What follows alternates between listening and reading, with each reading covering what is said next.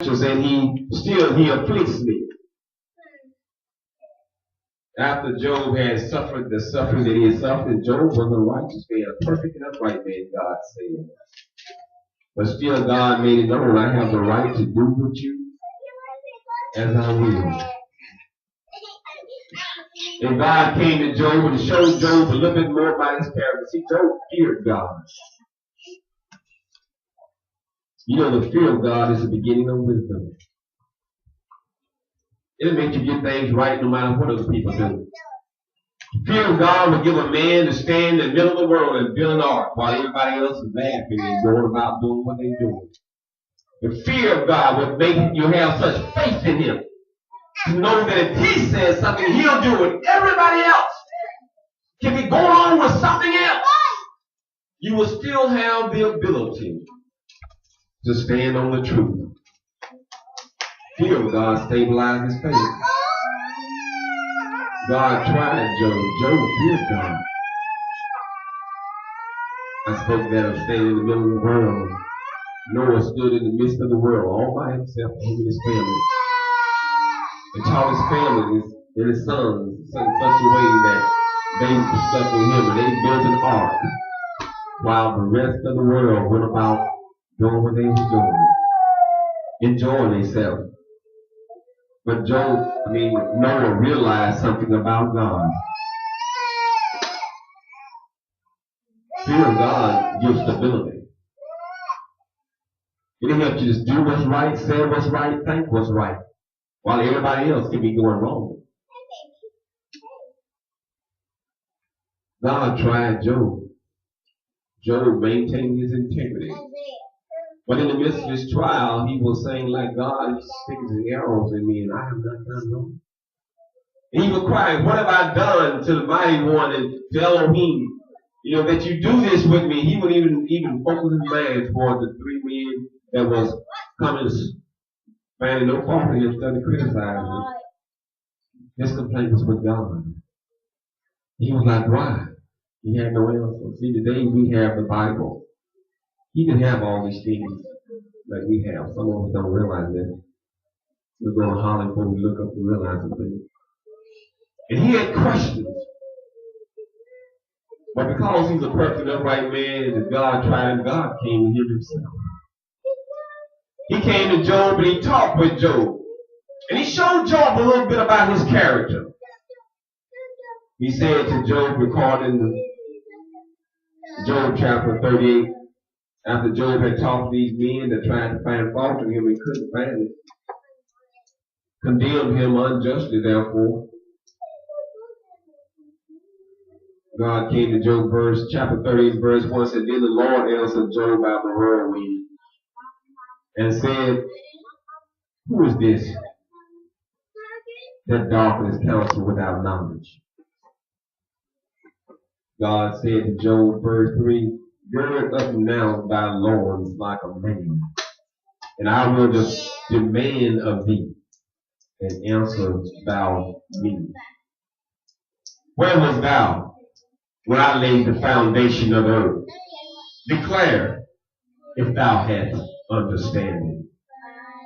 Who hath laid the measure thereof, if thou knowest? Who hath stretched the lands upon it? Whereupon are the foundation thereof fastened? Or who laid the cornerstone thereof?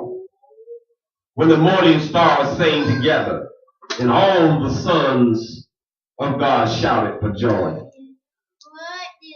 Or who shut up the sea with doors, when it brake forth, as if it had issued out of the womb? God talking to Job.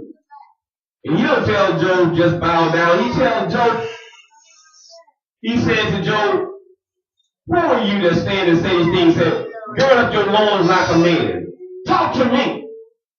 I'm going to tell you some things about me that you may know. Stand up before my face. Gird your loins like a man and answer thou me.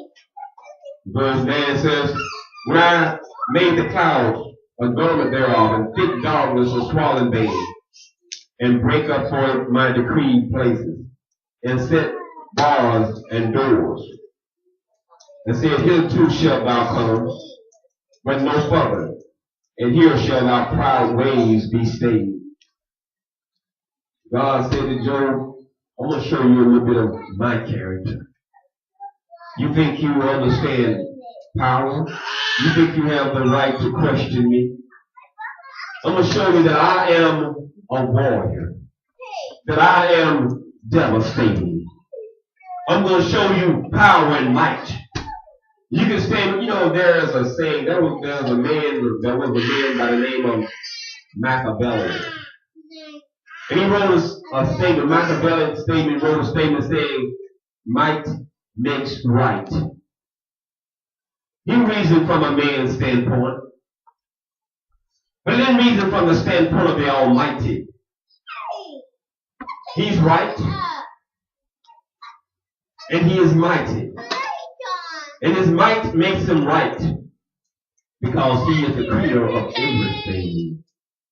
He is the maker of all things. He is righteous and pure and holy. And he creates and makes for his purpose. I create light, said God, Isaiah 45. I create darkness. I create peace, and I create evil. I made Satan to try you. I made him to test you. I made him for my enemy, that out of the course of the generations of men, I may bring forth a holy people and a holy bride unto my son, that I had appointed to come, because I have ordained this for my righteousness' sake, that my son may have a holy bride to honor, to glorify him, and a people, they being to honor me. Machiavelli said, might makes right. With God, that applies. But the prophet said in one place, once have I heard this, yea, twice, that power belongs to God. That's something man needs to know. Man needs to understand. God talked to Job, and he said to him in Job chapter 38 in verse 32, he says, can thou make Nazareth, can thou bring forth Nazareth in his season, and thou guide a tourist with his sons? God shows his might and his power even in controlling the constellation, showing the depth of his wisdom, the greatness of his being. And he spoke also vehement, and showing the greatness of his beast, and compared him to him. Compared his greatness to his own greatness. In Job chapter 41, verse 1, God said to Job, just show them of his character. He said many other things to Job, spoke many other things to Job. Chapter 41. Let me first go back to chapter 40. God said to Job, said, deck thyself now with majesty. Let me go back up the ways further. This is God's conversation. Verse 6, it said, then answered the Lord unto Job out the whirlwind, and said, gird up thy loins now like a man. I will demand of thee, and answer thou me. God said to Job, talk to me like a man. Because Job was a perfect and upright man. God let Job see of himself. He said things to Job he had never said to no man. And he talked with him out of the world with his face to face. And made known to him and said, now I want you to understand, since you saying I'm wrong to justify yourself and that I put you through suffering without showing any sin in you, and you condemn me. Can you show me if you can condemn God? Show yourself powerful like God. See, it's good to understand something. See, people don't know God. People don't know God. Job was a perfect upright man, but listen to God talking to him. Verse 7, he said, God said, gird up thy loins now like a man.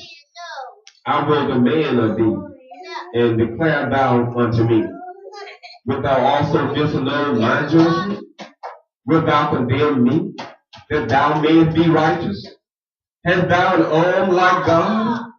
Or canst thou thunder with a voice like him? God said to me in verse 10, chapter 40, he said, deck thyself now with majesty and excellency, and array thyself with glory and beauty. Cast abroad the rage of thy wrath, and behold everyone that is proud and baser like I can do.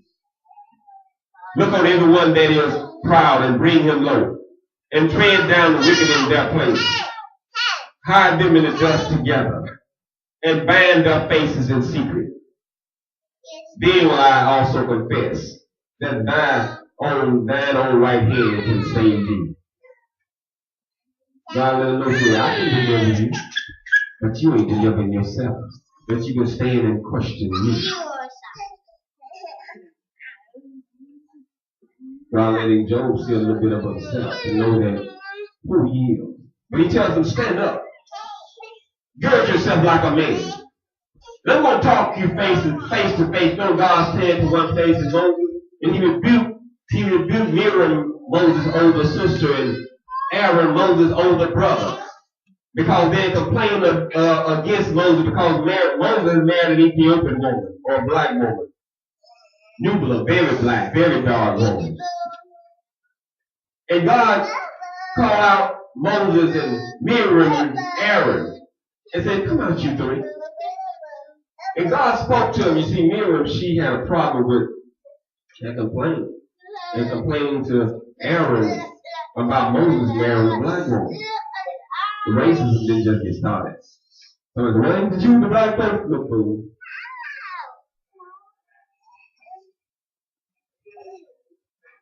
Anyway, those were the people of color originally. But stupidity is stupidity.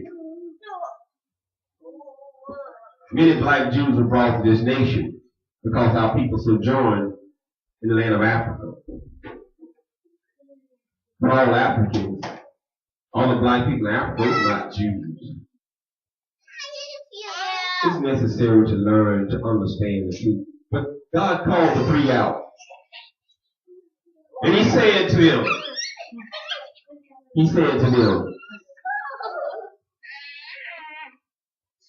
Miriam and Aaron, why weren't you afraid to speak against my servant Moses?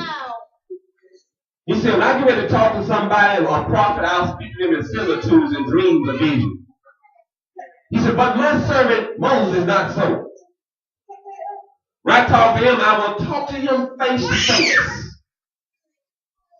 He said to Miriam, Moses' older sister, and to Aaron, Moses' older brother, why wasn't you scared?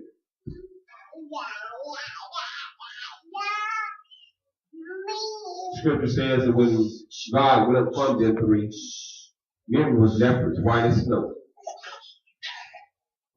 When Aaron seen it, he then cried out to Moses, oh my Lord, he got a conversation right there. So why ain't he flesh, ain't my brother and everything, and he my younger brother, God saying to him, you too. Didn't you know that he was my servant? Didn't you realize he was my prophet? Didn't you realize he was my mouthpiece? I don't care when he came out of the womb. I don't care about being your brother. Doesn't matter about being your flesh and blood. You come out before him. I made him to serve me. I made him the deliverer of my people.